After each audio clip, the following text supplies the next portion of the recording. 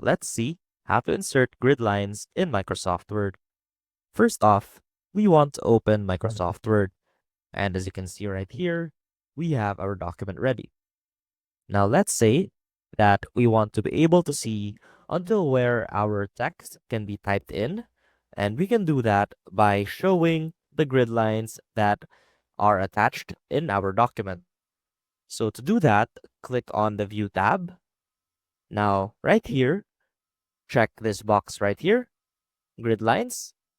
And as you can see, the grid lines within your document will automatically show up. Now, these grid lines are defined by the margins that you can change right here in the Layout or the Design tab rather. So, for example, let's change the margins to narrow ones.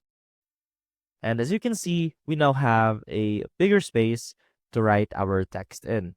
And you can also see that our grid lines have expanded. And basically, that is how you can insert and view grid lines in Microsoft Word. I hope this helped, and I will see you soon.